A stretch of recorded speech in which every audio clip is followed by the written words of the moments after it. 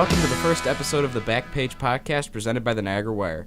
We're going to talk about all sorts of different sports on the NU level as well as the national level. And to top it all off, we will always have a great interview and some fun segments planned every week. So let's throw it over to the editor, James Burns, to get things started. How's it going? Welcome to the Backpage Podcast presented by the Niagara Wire. Today we're talking NU basketball, hockey updates, NBA trade deadline fiascos, MLB hot stove, Olympics. But first, we've had a little swimming debacle the past couple days. This happened Wednesday. We had our first issue of the Niagara Wire come out on Wednesday. And there was a little pushback?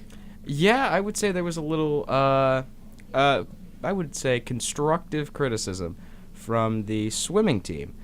James Burns, the editor, released an article, or put an article in the paper. It was a Q&A. It was a Q&A. It was a Q&A with Julia Casolo as well as Nick Rogers, and it was just asking about the season, asking about whatever the case may be. But all the backlash was about the first line. One line, and it was. I don't have it in front of me, but it was after a mediocre season, the Niagara swimming team focuses on the MAC championships as the only hope to salvage their season. Now, let me ask you, listeners, this: is going 2-4 and 3-5 mediocre or acceptable? I think. Here's my thing, and I want to first talk about why it blew up, because I know exactly why it blew up. Is because the swimming program, they're so tight with each other that it's a very tight-knit group, and they're going to defend themselves because they know that they're a team that doesn't get a lot of respect, I think. So you think they're a little bit more defensive? So I think they're a little bit more defensive, and I think that everything at this school is so small, and everything is put under a microscope. Anything anyone says is put under a microscope, so one line can get blown up into several tweets. You're right. Over 30 tweets, which doesn't sound like a lot, but it's right people, for one chain. That's a lot. Yeah. Sure. So I get why people have backlash. But one of the things that we want to do is we don't want to be biased. No, we don't want to be. We are not here to we're not here to prop up teams or athletes who are doing poorly. You know, we're gonna call it as we see it. We're gonna be fair. So saying that a combined record of 5-9 is mediocre, I think that's actually pretty generous. That's very accurate. I think you could say it's bad. You could say it's poor. And I think that as a D1 institution, any athletic team, I think you need to be held you need to be held accountable, and you need to win. Mm-hmm. You know, and people were saying like, oh, how's it mediocre? We broke 4 records this season. You break records every season. You're a new program. You're going to break records every season. Mm-hmm. We are not. We call out hockey. We're working on a hockey article right now that's going to be talking about their season that's completely gone downhill. Yeah, right. Guess how many tweets are going to be tweeted about that? A lot more, that's for sure. Well, I don't think any. Really? Because if no one's going to come to the defense, no one's going to come and say like, oh, how dare they say that? Because they get it all the time. I think this is the first negative criticism that the swimming teams had, maybe ever. Right, and they've just ruffled we've ruffled their feathers. Yeah, and I think that's completely normal. I get why it happened. I actually talked to, I'm not going to say his name on air, but I talked to a former swimmer of Niagara, and he's nice enough to reach out and say, you know, hey, don't worry, like, season hasn't gone well. The team's young. They can't really rely on anybody to win consistently. You know, I get what you're saying. I've told them that they can't really let it get under their skin. It's one article, and I completely agree. And our mission is never to go out and ruffle our mission's never to go out and attack or bring down for the sake of attacking or bringing down. We want to go out and write articles that are accurate and fair, and it was really just that one line. I think the rest of the article was actually pretty nice. It was, and I like Julia. I've met her several times. I think she's very nice. I've only met Nick over email, so I can't really tell you a lot about him, but he seems like an all right guy, you know.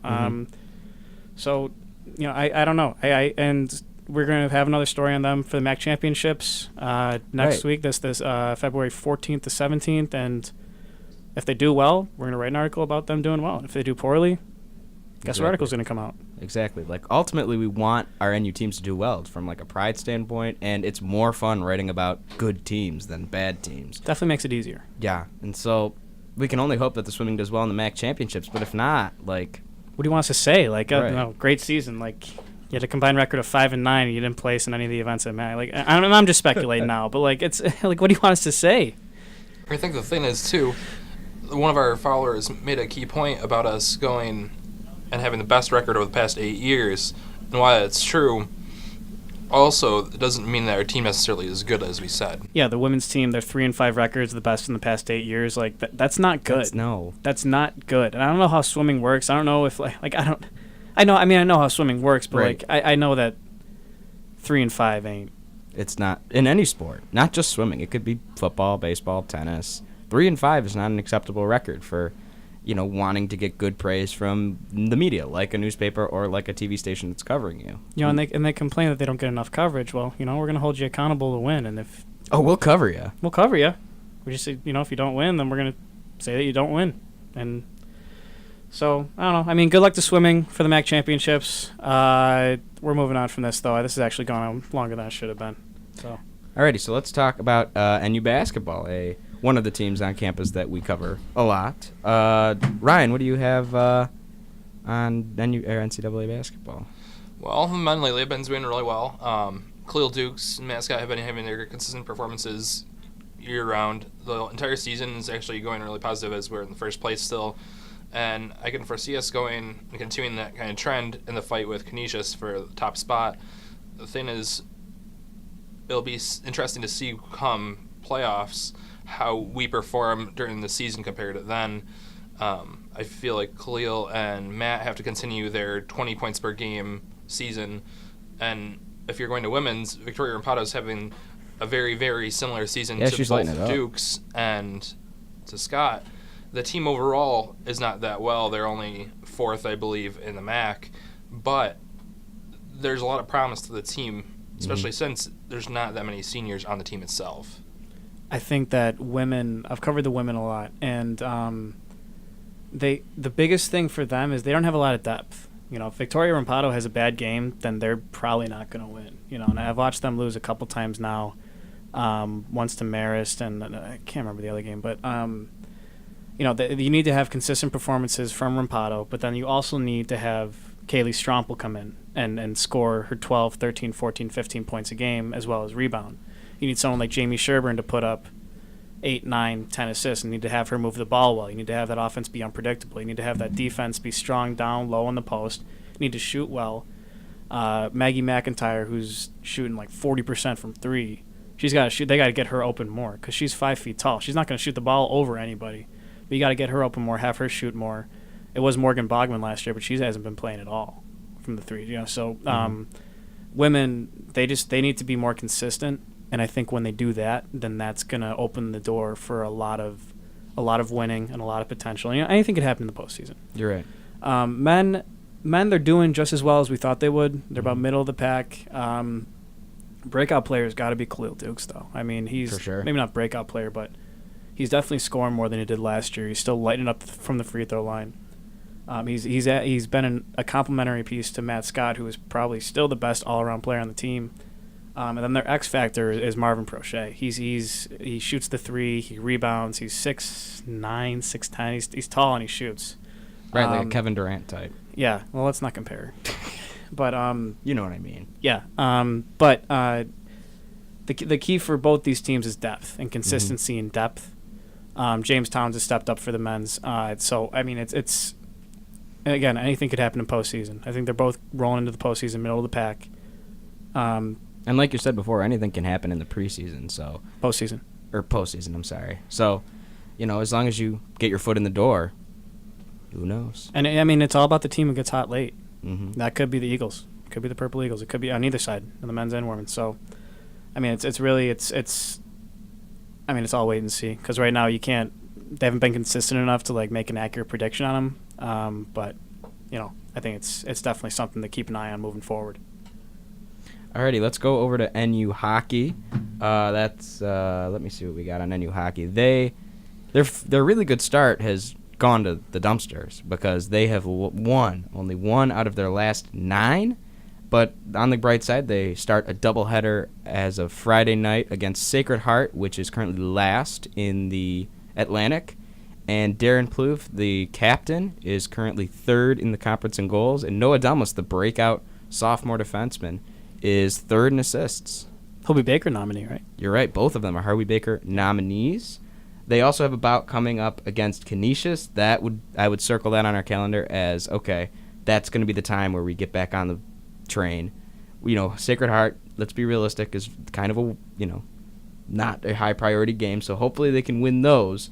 But then once Canisius rolls around, it's at Canisius, the doubleheader. Once Canisius rolls around, I would be like, all right, we're going to give 110% because this is, I wouldn't say the season, but it's definitely the last high point of the season before the postseason starts. And I mean, I worry for Niagara hockey in that case because I really don't think. I mean, I don't know. I don't know what's going wrong for them. I don't know if they changed practice time. I don't know if they changed strategy. I don't know if guys are just like gassed at this point. But I mean, Sacred Heart's last, so we'll say that they at least. You said doubleheader against Sacred Heart tonight, starting Friday night and Saturday night. I'd say that they at least split with Sacred Heart, but I mean, they have not been good against Canisius the past several years with Berkey or with. Lammers got crushed by him too early in the season. Right.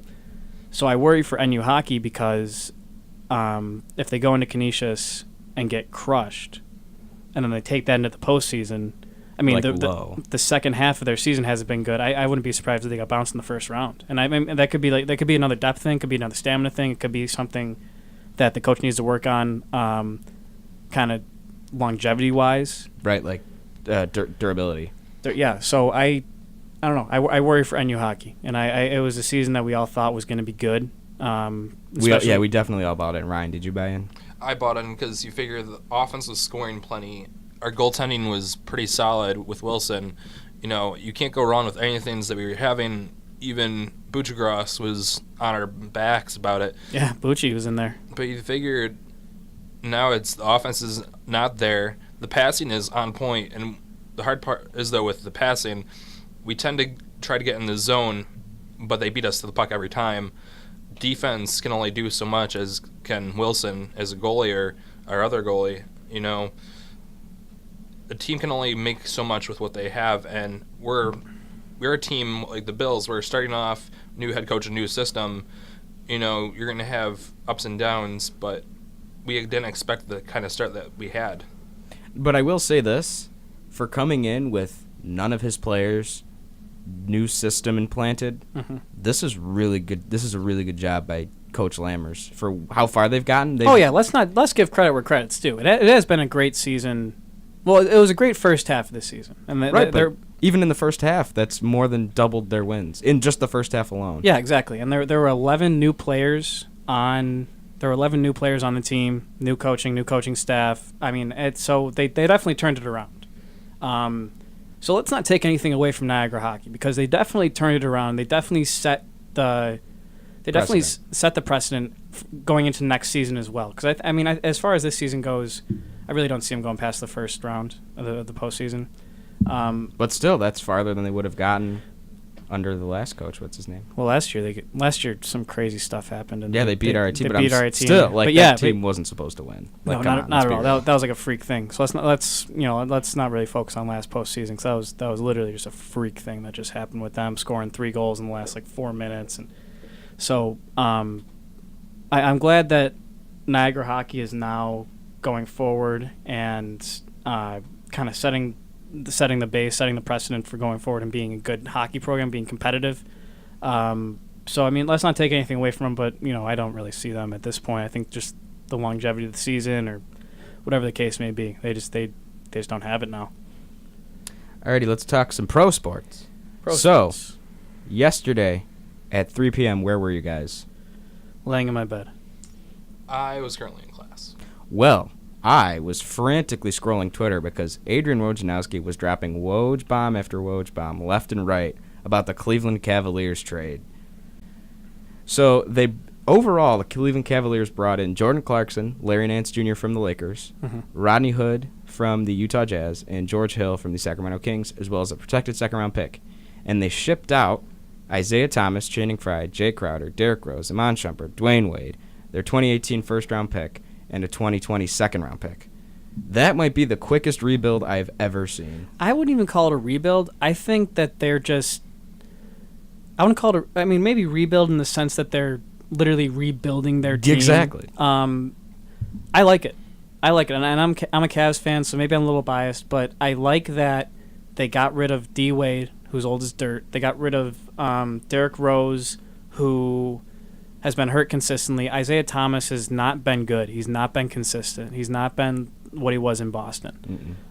Shout out Brad Stevens for literally making Isaiah Thomas a part of the Kyrie trade conversation. Yeah. So, and then you bring in guys who are younger. You bring in guys who can score more. You bring in, I mean, a lot of teams were interested in Rodney Hood. You know, a lot of people were interested in those players. So I don't think that these are anything. I mean, it was a blockbuster trade because of how many happened in such little time. But I think that all these players are players who are just, they brought in 4 good players. Right. 4 solid players. 4 consistently solid players. And when you have the best player in the world, you have, hopefully for them, Kevin Love and Tristan Thompson are going to pick it up down low because they traded for guards. So, I mean, as long as you have people who can consistently contribute behind LeBron James putting up 25, 10, and 10 every night, or if he wants to, then they laid if he wants to. Yeah, and you know what? They traded for their present as well as their future because they got younger, they got more efficient, they got more consistent. And here's my thing with the NBA too is like no one's gonna beat the Warriors in the championship for the next 2 years. So you're really just playing for second place at this point. However, you did make the team better. Yeah, I would say you definitely made the team better, like you said, short-term and long-term. Because there's really no guarantee that LeBron James is going to stay in Cleveland. So you brought in young players, and, you know, you can say to LeBron, hey, we brought in these young guys. They may not be your best friends, but they're going to win you games and play defense unlike your buddies that you brought in before. So I would definitely say that was a win for the Cleveland Cavaliers. The thing I gotta say too under all of this is they also cleared an insane amount of salary when they traded Dwayne Wade, when Derrick Rose went with the Jazz, and then he later got released. They released a lot of salary so they could retain LeBron, and if not, they have this amount of salary where they can throw at other players. They got a whole lot more defensive overall and more consistent as a team instead of having these plug-in guys who you're not sure if IT can even put up 10 points a night at some points. He misses a lot of shots. You didn't know, but now you have consistency at the very least and a whole lot less money to deal with. Yeah, and I just think it's it also, they can go after someone in free agency this year again. God forbid LeBron James leaves, which I really don't know if he's going to. I really don't know. I'm 100% thinking he's going to leave. I think the Lakers trade was telegraphing that he's going to the Lakers because IT isn't under contract and he hates playing with him. So it would only make sense for him and his business people and his brand to go to like the bright lights of LA because he wouldn't want to go to New York with that dumpster fire of an organization. And it is. Both of them are. And the Lakers, have some young players like Kyle Kuzma, Lonzo Ball.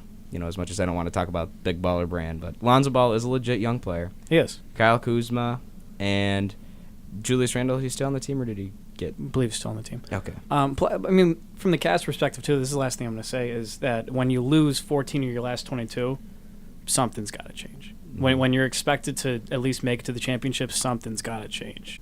Yeah, we'll see what happens. All righty, let's talk some MLB hot stove. This year, it has been the exact opposite of the hot stove. It has been cold as ice, cold as maybe the Niagara campus. So let me ask you guys this, because I'm stumped. Why on earth is the hot stove so cold this offseason? Well, I definitely think that the free agency market is being dominated by players and agents instead of teams. I mean, there's several players out there now who have standing offers, who are holding out or waiting to get more money because MLB doesn't have a salary cap. That's a money. Yeah, that's a joke. Yeah. So I mean, it's a lot of things. I think that money is the biggest factor. Obviously, that's kind of an easy answer, but I definitely think that the agents and the players are controlling it, and that it's that type of market because teams are realizing what impact that the right players can have on a team. When you look at guys who come into a team and have such an impact, like a guy like off the top of my head, Andrew Miller. Like a guy like Andrew Miller right now, he could hold out for as long as he wanted to if he was a free agent, knowing that he has that much of an impact on a game. So I think it's definitely becoming a more individualistic league. I think that's why it's been so cold. I think it's ridiculous when you think about you have all this talent, and some of these guys like Yu Darvish have had offers since the winter meetings, but they just have chosen to withstand all of it. And the thing is, like, now they're having the spring training specifically to be a showcase for these free agents, minus Scott Boras' agent, who's the agent, and all his clients. none of them are coming, whether it be Arietta or Hosmer or whoever. But you go in, you almost feel bad for the players, but then you realize really it's them withholding for the money, which I mean, I don't blame them. But you look at the market next year, and they think that they're better than the next market. But when you see who's coming up, you have a Bryce Harper, you have a Clayton Kershaw, a Madison Bumgarner, a Masahiro Tanaka. You have these guys who are going to be the top of the top. You're not going to go and spend hundreds of millions of dollars on a 2-year deal for Arrieta, for a few-year deal with Darvish, who came off of a rough postseason. You're not going to spend that money on J.D. Martinez, even though he's a good player. You're going to give them a 3-year deal, but they're withholding. They want more salary and more term. But I just don't know if they're actually going to get it at all in the long run. So you think that teams are looking more long-term, and that's why it just happens to be one of those years where it's just cold? Like, you think that people are looking next year and the year after that as well? I think so, because if you're willing to pay Jake Arrieta a 2-year deal worth $20 million, you pay him $10 million per year, you think Bumgarner and Kershaw, guys who are both in their early 30s, they're going to want 5 years deals at least $20 million per year, probably if not more, also because they're top of the market in the entire industry. So let me ask you guys this now, because clearly teams are not interested in the top players. So have there been any under-the-radar signings so far that have really, stood out? There have been. Arguably, if you look at teams, you'll have the Yankees who have made moves for, Giancarlo Stanton. You'll have minor league signings of, for depth, for Danny Espinosa, because you don't know how Gleyber Torres is going to be as your number one prospect. You have different guys, Garrett Cole going to the Astros. You have all these monumental deals. But the things like the Mets adding a Jay Bruce and a Todd Frazier on the radar, those guys are key role players who are solid teammates, who are always regarded. Locker room guys. Yeah. These guys, you plug them in, you figure Mets had that. The Brewers added Lorenzo Cain. Yeah, you figure the Giants added literally the best locker room guys you could have in Andrew McCutchen and Evan Longoria. These moves... They're all trades. They're all trades. That's the thing. A lot of them aren't signings. I mean, you have a few interesting signings between catchers like Alex Avila to the Diamondbacks, or Miguel Montero to be a backup catcher possibly for the Nationals, to Matt Wieters, who's on a 1-year deal. You have a lot of really interesting moves, but you need a Moustakas or a Hosmer, and one of those guys could really make or break a team at the top of the division, no matter who you're talking about now. Maybe someone will jump out in spring training, sort of like NFL players do in training camp. Yeah. So let's move to the Winter Olympics. The opening ceremony was on Thursday night, and I'm going to be honest with you, I'm not really interested because no NHL players are playing. So, James, give me the lowdown on what's what. I think I'm a big Olympics guy. I'm a huge Olympics guy, and I like summer. I like the variety of sports. And that's kind of why I like being editor of the newspaper as well, is because the sports editor of the newspaper, because you get to cover sports that you normally wouldn't. It's not just hockey and basketball. It's a bunch of different things. The one thing, one athlete that stuck out to me was Chloe Kim, snowboarder, USA, from Southern California. This is how good she is. She qualified for Sochi in 2014. Only she was 2 years shy of being eligible, being old enough. She was 13 when she qualified. So she beat all of the Olympians, but she couldn't play. Well, she was qualified. I don't know if you want to say beat, but okay. but she qualified for Team USA, but she was too young. She was 13 years old. So now she's 17, going to South Korea, and she's the favorite to win the gold medals in the half pipe and all that stuff. So I mean, anytime an American's good, you always want to keep an eye on it. But yeah, I'm excited to see what she does, and it's actually kind of cool. Her parents are from South Korea as well. Moved to U.S. and now she's going to South Korea for the Olympics. So it's kind of a little, great twist in the story there. Yeah, and then another person to watch, Lindsey Vonn. Oh yeah, of course. Lindsey Vonn. Yeah, she's 33 years old. Couple injuries. She couldn't compete in Sochi because she blew up her leg. Yeah, she blew out her knee. She tweaked her back recently. She's had a bunch of problems. So I'm really intrigued to see how she does. I'm intrigued to see how she reacts from kind of being. I mean, and she's a pro. She's 33. She's still good. She's mentally tough. So I'm intrigued to see how she does. I hope she does well. Like I'm not gonna even pretend to be not biased about USA. Like I'm gonna cheer for the USA. So Chloe Kim and Lindsey Vonn are the two people I'm watching for, mainly because I do like the X Game events too. Chloe Kim was the youngest to win an X Game event as well. To quote Pardon My Take, one of my favorite podcasts, here's a little embrace debate. What's the best Winter Olympic sport? Oh, I mean, easy answer is hockey. Right. But that's because we've grown up in Buffalo. Yeah. Hockey, one of the biggest hockey towns in the United States. Let me think. Here's an outside of the box answer.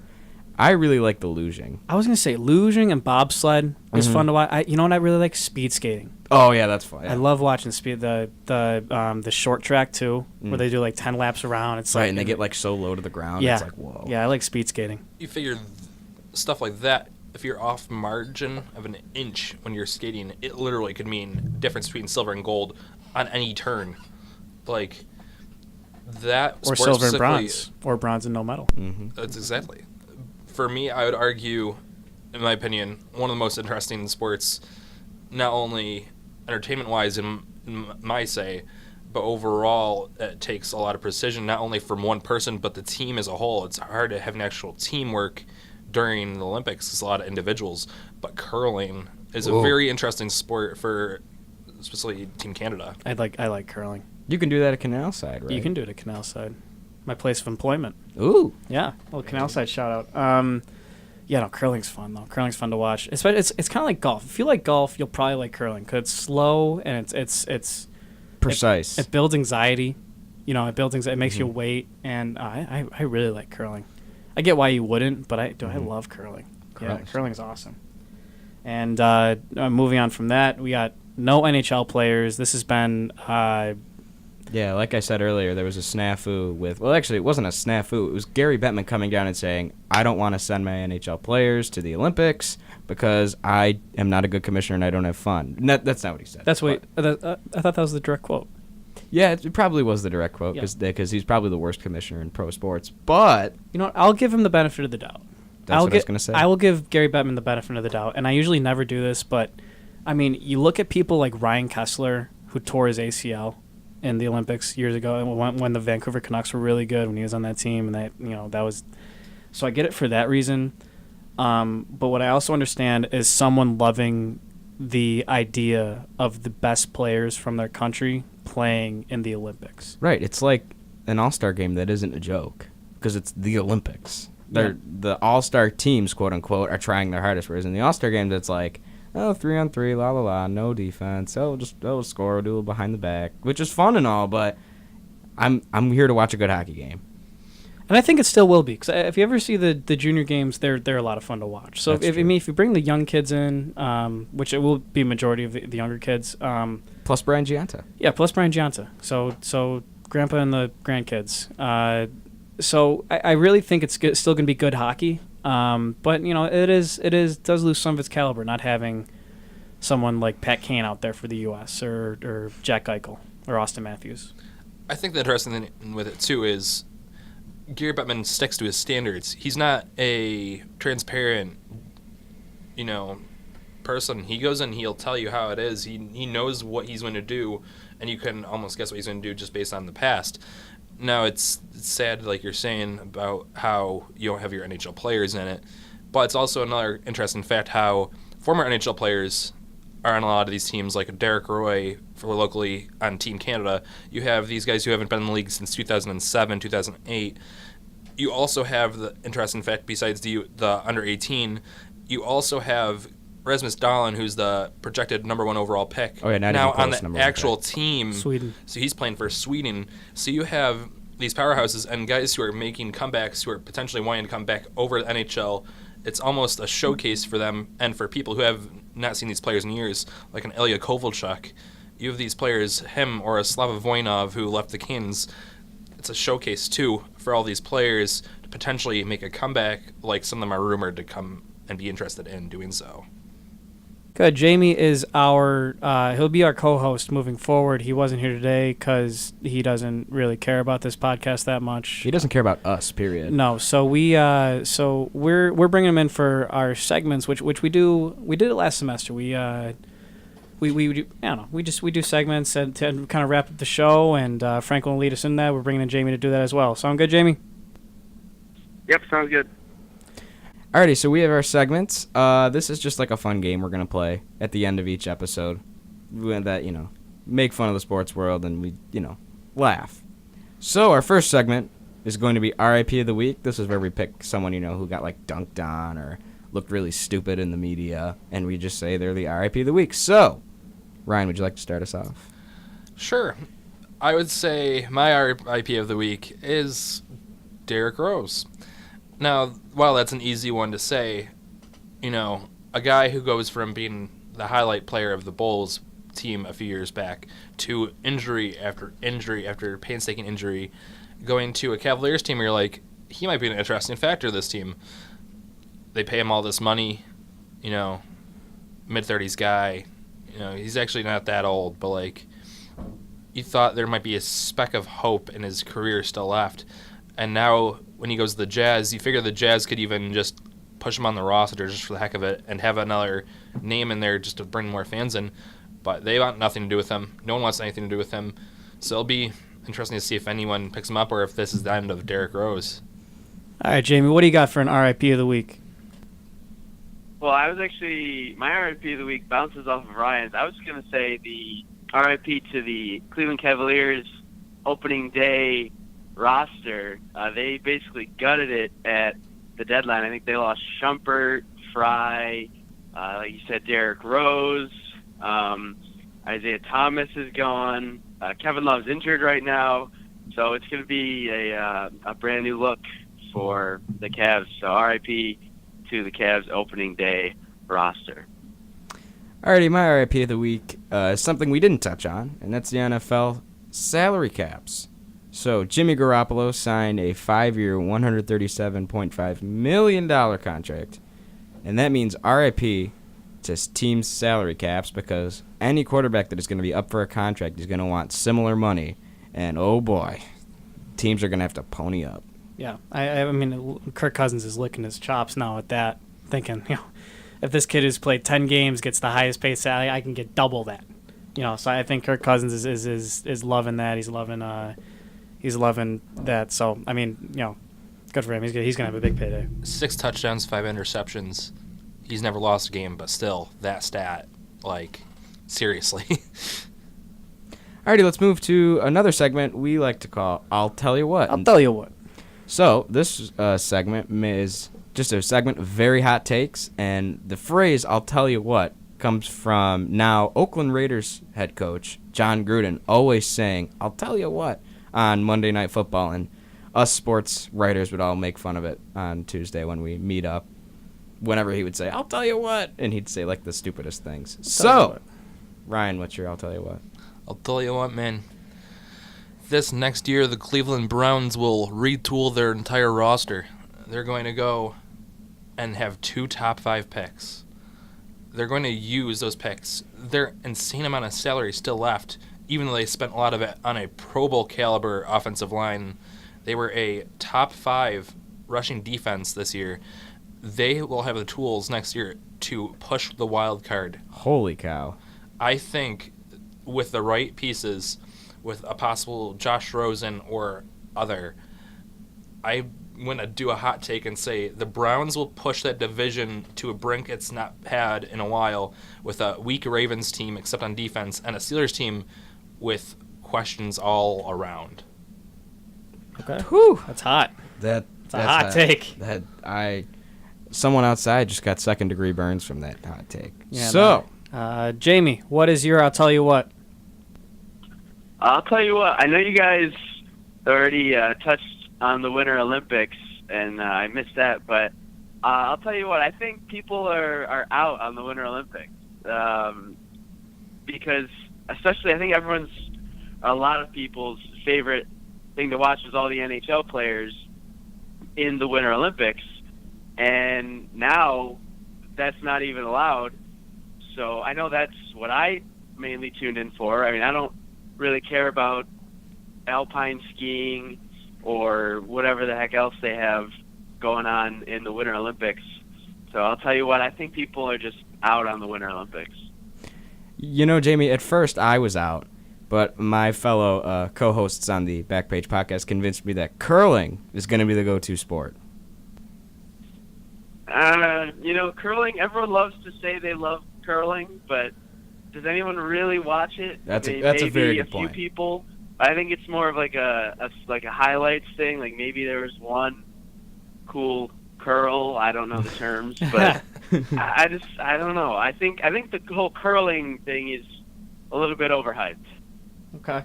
All right. That's it for. I'll tell you what, Franklin. Yes, I do. Well, I'm going to take my I'll tell you what across the pond. So I'll tell you what. Arsenal FC will beat Tottenham Spurs in the North London Derby this weekend. Now, the North London Derby is one of the most contested rivalries in English soccer. And every year I tune in, and I can always see when they show the crowd shots, the security guards in between the away and the home sections always struggling to keep people from knocking each other out because it's that contested of a rivalry. So, Arsenal FC will beat Tottenham Spurs. Alrighty, let's move to our last segment. That's talking soccer. Alright, let's move to our last segment, which is picks. Simple, we just pick games. So, our first game is going to be the Los Angeles Clippers against the Detroit Pistons tonight, as of recording. Mm-hmm. And that is going to be the Blake Griffin revenge game. Who do you guys got? I got the Pistons. I'll take Blake Griffin. I'll take him having a good performance. I think the Clippers aren't as consistent as they want to be.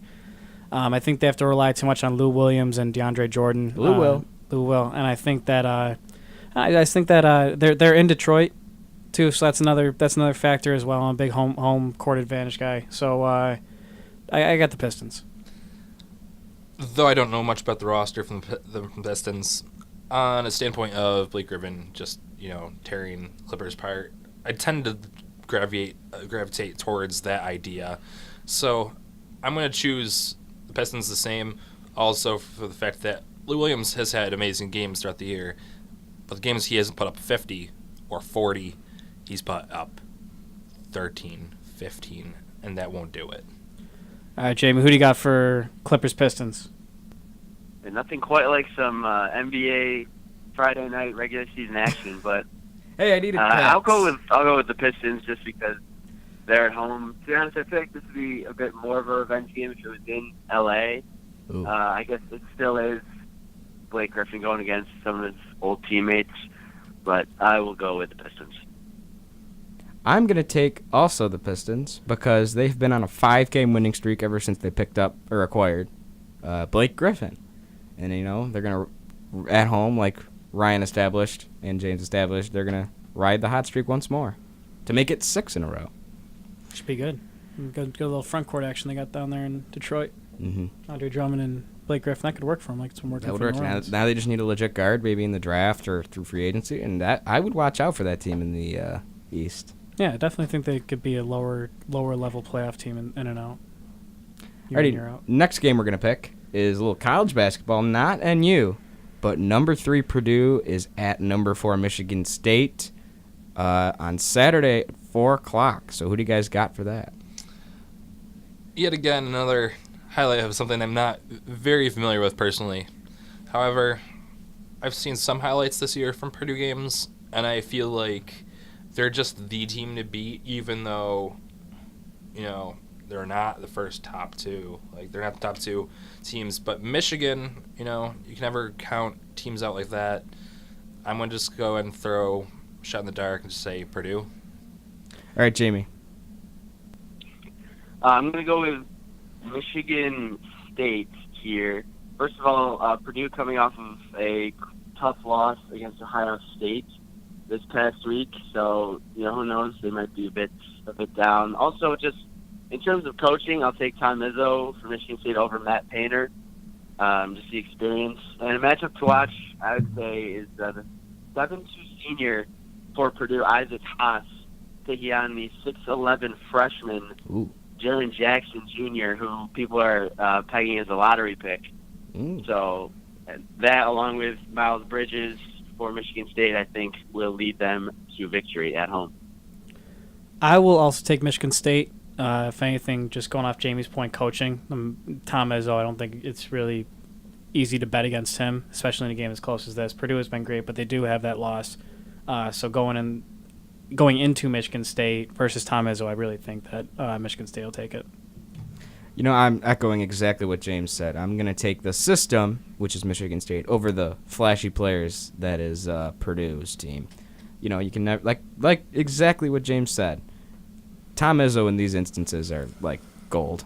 Mm-hmm. Lone Wolfen. Alrighty. Last pick. This should be in Ryan's wheelhouse. The Pittsburgh Penguins are taking on the St. Louis Blues on Sunday. In St. Louis. In St. Louis. This is a really interesting game due to the fact that the Penguins are at the bottom of their division. They're a team that is actually really struggling this year, despite having promising young goaltending like Tyson Giari. You have the St. Louis Blues, who actually had a ridiculous team on paper starting the year off, but they can't get any scoring aside from like Braden Shen and Vlad Tarasenko. They're looking to make deadline moves such as like an Evander Kane, something ridiculous just to boost them. They're even looking at Shea Weber. They need something to change their team up. But I'm taking the St. Louis Blues also for the fact that Matt Murray, not back yet. He'll play certain games. He's wrestling with injuries year-round, and it's going to be that way the entire season. St. Louis, they're a consistent team. Even if they're not scoring, they'll hold you to a one-goal win. With Allen out, their goaltending's not that great, but they're going to get you wins. So you're taking St. Louis? I'm taking St. Louis. Jamie, you even want to weigh in on this one, or for NHL? Well, I would love to. So I will go with the Penguins, and that's what I have to say. All right, great. I will as well go with the Penguins. I think that they're a team like I don't know. They're a team that really maybe doesn't put as much priority on regular season. I think that they're deep. I think that they're consistent. I think that if goaltending was better, I think when Matt Murray comes back, or if they could trade for someone at the deadline, I think they're a team that could still push for the cup. I think they're still one of those teams. They're one of those teams where you can't really. It's tough to bet against them. It's tough to really see any weaknesses. Even they're at the bottom of their division, but they're a team that could turn it around real quick. So like Ryan said, St. Louis has been struggling to score. They haven't been that consistent. I take Pittsburgh Penguins going to St. Louis and beating them. I will also take Pittsburgh to win. Like James said, I favor depth in this scenario over just the two-star players in Vlad Tarasenko and Braden Shen. But, yeah, speaking of the Pittsburgh Penguins, I just wanted to touch on this really quick. Remember when they got blown out by Chicago like the first night of the season? Wasn't that hilarious? Yeah, they did. That was cool. That was insane for Matt Murray playing against them and just looking ridiculous. Yeah, Matt Murray's great. He's great. And if he played more, they'd be top of the division, I think. Alrighty, well, on that note, that is going to do it for this week's episode of the Backpage Podcast. Be sure to subscribe to the Backpage Podcast on YouTube and SoundCloud. Check out @Wire Sports to catch up on all the latest sports stories. And check out @Backpage Podcast on Twitter to answer this week's poll, which is, what is the best Winter Olympic sport? And I'm going to put down hockey, curling, or luging. See you next week. Sounds good. Thanks for coming in, Jamie. Thanks, guys. Go Bills.